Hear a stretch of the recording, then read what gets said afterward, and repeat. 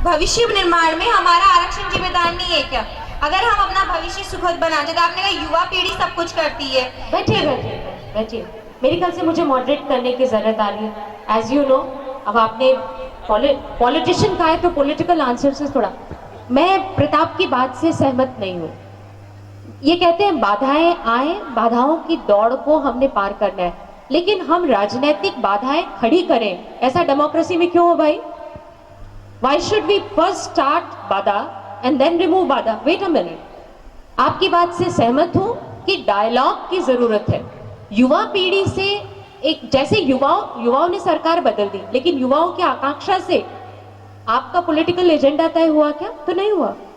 Broadly युवाओं को जितना जितना पार्टिसिपेशन, जितना जितना इफेक्टिव कंट्रीब्यूशन होना चाहिए पॉलिसी मेकिंग में, नीति निर्माण में, जब तक आपका उपयोग नहीं होगा, और ये मैं कोई राजनीतिक स्टेटमेंट नहीं दे रही, आई एम एकेडमिक फर्स्ट, इसलिए बिल्कुल नजरिया साफ करके सोचिए कि आप जो भी पॉलिटिशियन आपके पास आए और आपको कहे कि वोट दे, उससे पहला सवाल पूछिए कि मेरे मन के मुताबिक पॉलिसीज बनाने में आप मेरी क्या मदद करेंगे। अब आपका सवाल पूछने का समय है, आप सवाल पूछिए, लेकिन ये कहना कि युवा के कंधों पर सारी बाधाएं पार करने का दायित्व है, चेतना के साथ, की बात से मैं इससे सहमत कि हम विषय से हट रहे हैं, क्योंकि हमारा आज का मुद्दा आरक्षण या राजनीति नहीं है। अब हम वापस हमारे आशा इंगर मैम की तरफ जाएंगे और उनसे पूछना चाहेंगे कि वो इस बारे में क्या कहना चाहेंगे कि युवा वास्तव में क्यों दिग्भ्रमित है, वो क्यों अपनी सही राह नहीं पकड़ पा रहा, वो क्यों अपनी सही दिशा में नहीं जा पा रहा। मैं केवल 4 लाइन में कहूंगी, सवाल पानी का नहीं प्यास का है, सवाल पानी का नहीं प्यास का है, सवाल मौत का नहीं सांस का है, मंजिल में कांटे अनेक, सवाल चलने का नहीं विश्वास का है। ज्योति जी की, पंकज जी की, सबकी बात को सहमत करते हुए कि हमें विश्वास रखना पड़ेगा, डायलॉग करना पड़ेगा, अपने आप को पहचानना पड़ेगा, अपनी योग्यताओं को, अपनी क्षमताओं को निखारना पड़ेगा। कोई भी आपका रास्ता नहीं रोक सकता। अकेले चले हो, अकेले चलते जाओगे और कारवां मिलता जाएगा और आप आगे बढ़ते जाओगे। मैम, आपकी बात से मैं बिल्कुल सहमत हूँ, लेकिन हमने प्रारंभ में भी आपको एक बात बोली थी कि परिवार, हर पेरेंट्स चाहता है कि वो अपने बच्चे को अच्छे से एजुकेट करे, सब करे, लेकिन फिर भी हम कहीं ना कहीं इस चीज़ में फेल होते जा रहे हैं। क्या इसका कारण वेस्टर्नाइजेशन है? क्योंकि वेस्टर्नाइजेशन, एक छोटा सा टॉपिक बीच में आया था कि क्या वेस्टर्नाइजेशन इसका कारण है, लेकिन ये कल्चर हम अपनी वैल्यूज़ को छोड़कर धीरे धीरे उस सभ्यता को अपना रहे हैं। तो आप इस बारे में क्या कहना चाहेंगे? जैसा मैंने आरंभ में भी कहा था कि कम्युनिकेशन होना बहुत जरूरी है। प्रॉब्लम हमारे साथ सबसे ज्यादा ये हो रही है, हम आपसी संवाद नहीं करते हैं, बैठ के बातचीत नहीं करते, बच्चों के साथ क्वालिटी ऑफ टाइम नहीं व्यतीत करते। बच्चे भी अपने 24 घंटे, जैसा पंकज सर ने कहा कि 24 घंटे सबके पास है, चाहे वो बिल गेट्स हो, चाहे भारत का प्रधानमंत्री हो, आपके पास भी 24 घंटे 1440 मिनट 86,400 सेकंड है। उसमें हम कितनी बार क्वालिटी की बात करते हैं। यदि अभी से हम शुरू कर दें अपने आप को पहचानना, तो कोई भी मंजिल ऐसी नहीं है जो आप नहीं पा सकते। इसी कड़ी में एक छात्रा हमारे पास बीच फिर उपस्थित है और वो बताना चाहती है कि इसका क्या कारण है। कुछ एक प्रश्न उनके मन में भी उभर रहे हैं। Excuse me ma'am, sorry to disturb you. Actually मेरा क्वेश्चन शायद मीडिया से रिलेटेड है। मैं एक बात पूछना चाहती हूँ कि पहले सिनेमा या मीडिया, जो भी समझ लें आप, सिनेमा को समाज का आईना कहा जाता था। मूवीज़ ऐसी बनती थी जो प्रेरणादायक, like social heroes, Bhagat Singh and all that. अभी जो मूवीज़ बन रही है, उन्हें पता है, एक्टर हो या एक्ट्रेस हो, डायरेक्टर हो, प्रोड्यूसर हो, कि एक समाज का जो युवा वर्ग है वो उनको फॉलो कर रहा है, उनकी स्टाइल फॉलो कर रहा है, उनका स्टैंडर्ड फॉलो कर रहा है। तो क्या उनकी जिम्मेदारी नहीं बनती को ऐसा एग्जाम्पल दें मूवीज़ में कि वो दिग्भ्रमित होने की जगह एक सही दिशा में चले जाएं?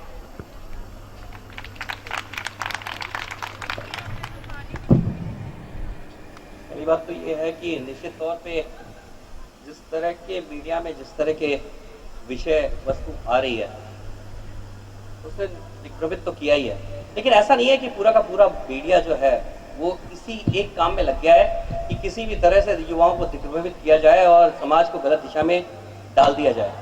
आज भी समाज में इस तरह के क्रिएशन हो रहे हैं, मीडिया में इस तरह के क्रिएशन हो रहे हैं। आज भी हमारे पास बहुत अच्छे चैनल हैं, अच्छे सीरियल्स हैं, अच्छी फिल्में, अच्छे शॉर्ट स्टोरीज हैं, लेकिन जब हम जाते हैं चर्चा में तो पता लगता है कि चर्चा उन्हीं बातों की हो रही है जो कि समाज को गलत दिशा में ले जा रहे हैं। इसलिए चर्चाओं में वही विषय आते हैं जो कि ज़्यादा देखे जाते हैं, जो ज़्यादा विवादित होते हैं, और हमारा समाज भी पूरी तरह से भेड़िया चाल में उसी में चलता है। मैंने आपको पहले जिक्र किया AIB एक ऐसा है जिसका तूफान अब धीरे धीरे युवाओं में घराता जा रहा है, और लोग इंटरनेट पे बैठ के उसे देखे जा रहे हैं। उसमें क्या है, केवल गाली गलौज है, वो उस पर बैन है हमारे देश में, लेकिन उसके बावजूद देखना चाह रहा है, यानी कि कहीं ना कहीं हमारे दिमाग में।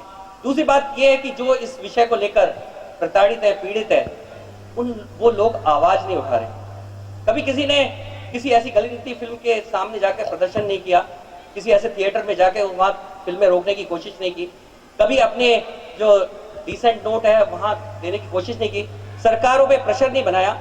और क्योंकि सरकार जिस तरह से चलती है हम सब जानते हैं कि वो तमाम तरह के प्रेशर ग्रुप से चलती है, तो इस समय जो इस तरह की फिल्म बनाने वालों का जो प्रेशर ग्रुप है वो सरकार पे हावी है, तो निश्चित तौर पे इस तरह के ही मटेरियल बाहर आएंगे। लेकिन हम जब तक प्रेशर ग्रुप बनकर सरकार पर पूरी तरह से प्रेशर डालकर मीडिया को बदलने की कोशिश नहीं करेंगे तो मीडिया नहीं बदलेगा, क्योंकि सारा का सारा पैसे का अर्थतंत्र का मामला है। सर, हम आपकी बात से पूरी तरह से सहमत हैं, लेकिन क्या लॉ एंड ऑर्डर इस डिपार्टमेंट की क्या ड्यूटी है इस संदर्भ में जो आपने बताया? हम बात करना चाहेंगे पंकज कुमार सिंह जी से इस बारे में। देखिए, जैसा आपने बताया समाज के बारे में, कोई भी पिक्चर आपने बताया ना, गलत किस्म की पिक्चरें बनती हैं, सोशल हीरोज के बारे में पिक्चर नहीं बन रही। पिक्चर को हिट कौन बनाता है? हम लोग, आप लोग। कोई भी इस प्रकार के YouTube में सबसे ज्यादा हिट्स, सबसे ज्यादा लाइक्स कौन देता है? आप और हम। जिस दिन हम इस प्रक्रिया से, मैं आपको बताऊं, there is no shortcut to success. यदि किसी भी व्यक्ति को जिंदगी में सक्सेस लेनी है, there has to be a hard way. आप समाज में देखेंगे, एक व्यक्ति है जिसने बड़ी मेहनत, मशक्कत के साथ, ईमानदारी, कर्तव्य परायणता के साथ कार्य करके एक 20-25 साल में अपनी रेपुटेशन बनाई है। एक व्यक्ति होता है उल्टे सीधे काम धंधे करके रेपुटेशन बनाता है। हमेशा ध्यान रखिए कि हर चीज का एक न कोई कॉन्सिक्वेंस होता है, रिजल्ट होता है, एक्शन का रिएक्शन होता है। शॉर्टकट से जाइएगा तो कोई ना कोई गलती, उल्टे सीधे काम धंधे करिएगा, एक दिन कानून की गिरफ्त में आइएगा, बदनामी होगी। और कोई व्यक्ति अखबार में देखने वाला फोटो ये तक नहीं कहेगा ये मेरा लड़का है, ये मेरा भाई है, ये मेरा ताऊ। सर बिल्कुल, लेकिन इसी संदर्भ में दूसरी तरफ यदि आप मेहनत से, किसी बच्चे ने कोई संसाधन घर में न होते हुए, हो सकता है माँ बाप भी नहीं थे, बच्चा अपने क्लास में टॉप करता है, फोटो छपती है, मान के चलिए जो व्यक्ति, जो भाई, जो उसका क्लासमेट, जो स्कूल के टीचर उसको जानते तक नहीं है, वो भी कहेंगे नहीं नहीं पढ़ाया तो मैंने ही था, इसको सीख तो मैंने ही दी थी। हर व्यक्ति एसोसिएट करना चाहता है, पर ये जो है सोना भी तब तक नहीं निखर के आता है जब तक उसको जौहरी जो है जला के आग में उसको नहीं करता है। सक्सेस का शॉर्टकट नहीं है। हाँ, आप चाहे वो ऑल इंडिया AIB का नॉकआउट शो देख लीजिए, चाहे इंटरनेट में पोर्नोग्राफिक साइट्स देख लीजिए, आपने देखा होगा सारी की सारी साइट्स जो हैं, कोई कभी क्रैश करती है, कोई कभी खत्म हो जाती है। पोर्नोग्राफिक साइट्स कभी भी फेल नहीं होती, क्योंकि आप और हम ही देखते हैं, दूसरा कोई नहीं देखता है। तो ये मैंने जो बात बताई, मैं फिर एक बार इस पे बल दूंगा। 24 घंटे आपके पास हैं, 24 घंटे सारी दुनिया के पास। जिस प्रकार से आप इस स्टेज में, जिस स्टेज में आप सभी बैठे हैं, आप इसका यदि सही इस्तेमाल करेंगे, सही दोस्त चुनेंगे, माँ बाप ने जो सीख से, माँ बाप वो व्यक्ति हैं आपकी और हमारी जिंदगी में जो 24 घंटे आखिरी सांस तक आपका भलाई सोचेंगे।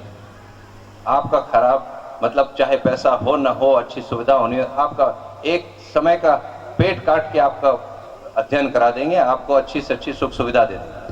तो उन्होंने जो दिशा दी है, जो आपने संगे साथी किए, यदि इस स्टेज में आपने अपने समय का सही सदुपयोग किया, सही दिशा आप ले गए, जिंदगी में कभी आप पीछे मुड़ के नहीं देखेंगे। और इस समय जो लोग अलग अलग साइट्स, उल्टे सीधे सोशल मीडिया ग्रुप, और यदि उसमें गए, जिंदगी भर आप पछताएंगे। मैं एक बार आपके बीच में रोककर मैं बताना चाहूंगी कि हमारे बीच एक और प्रश्न निकल कर आया है, वो पूछना चाहेंगी मैडम।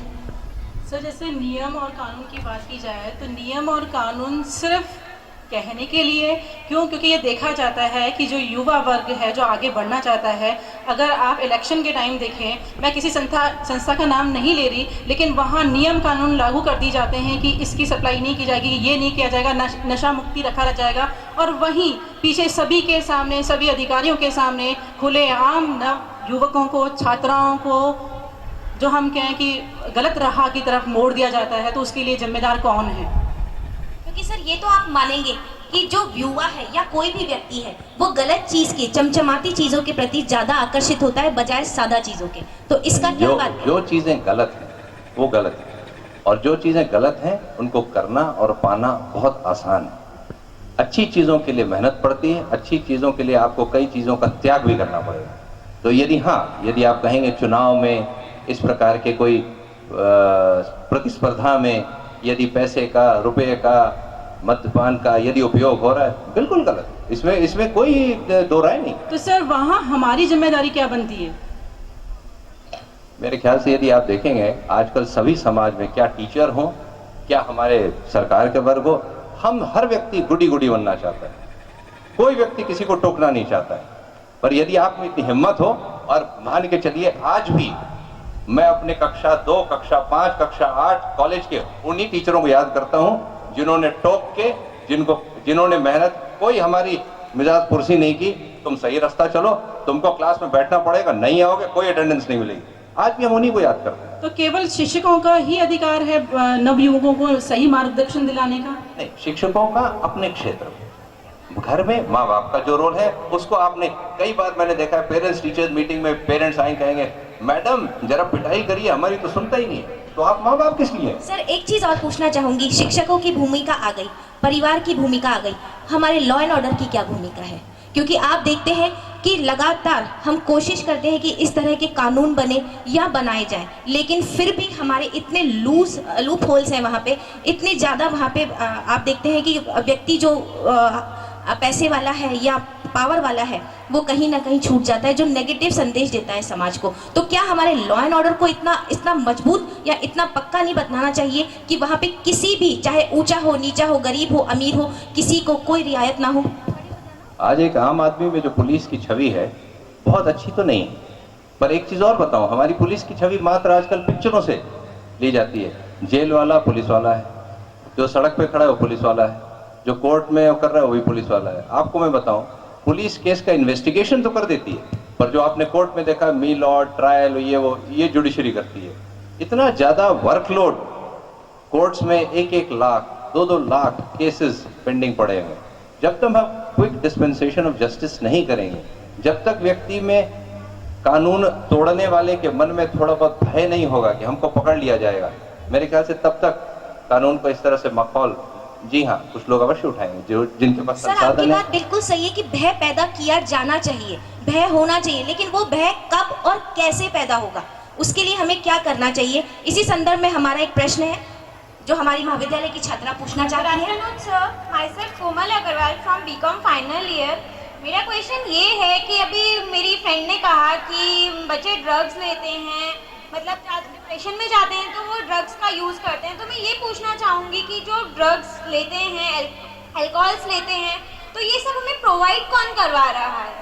जैसे अभी थोड़े दिन पहले एसिड पे बैन लगा था, लेकिन वो अभी तक उसके ऊपर कोई मतलब एकदम एक्शन नहीं लिया गया है। अभी हर जगह वो एसिड प्रोवाइड करवाया जा रहा है। ऐसे ही ड्रग्स है, अल्कोहल्स है, तो ये हमें प्रोवाइड कौन करवा रहा है? इनके ऊपर बैन क्यों नहीं है? जो आप ड्रग्स की बात करें, ड्रग्स तो NDPS act, national narcotic drugs and psychotropic substances act जो है, भारत में सबसे ज्यादा जो सजा किसी एक्ट के तहत है तो वो इसी एक्ट के तहत है। जो आपने ड्रग्स की बात कही, अल्कोहल की बात हुई, हाँ 30 साल पहले मैं भी यूनिवर्सिटी में था, हमारे टाइम भी कुछ लड़के ड्रग्स लेते थे, कुछ लड़कियां ड्रग्स लेती थी, अल्कोहल भी पिया जाता था, इसमें कोई शक की बात नहीं। यदि आप चाहें ग्रुप को ज्वाइन कर ले, यदि आप ना चाहें तो नहीं, कहने का मतलब ये नहीं कि आप ज्वाइन कर ले, मेरा कहने का मतलब है कि ये आपको अपने विवेक से देखना पड़ेगा। क्या आपके पास वो समय, पैसा व्यर्थ करने के लिए है तो अवश्य जाएं, किंतु यदि आप भ्रमित नहीं हैं, आपकी दिशा पक्की है, आपके माँ बाप ने अच्छे सुविचार सिखाए हैं, तो मेरे ख्याल से आप वो दशा कभी भी नहीं लेंगे। और मेरे ख्याल से यदि किसी भी समाज में ले, आज अमेरिका में सबसे ज्यादा सख्त कानून है, सारी की सारी साउथ अमेरिका की ड्रग सप्लाई वहां पे आती है, क्योंकि कंज्यूम करने वाले हमारे में से ही कुछ लोग, जहां डिमांड होगी वहां सप्लाई होगी, चाहे गलत आदमी करे चाहे सही है। सर हम आपकी बात से बिल्कुल सहमत हैं। अब ऑडियंस में से एक क्वेश्चन आ रहा है, इसमें जोड़ना चाहूँगी मैं।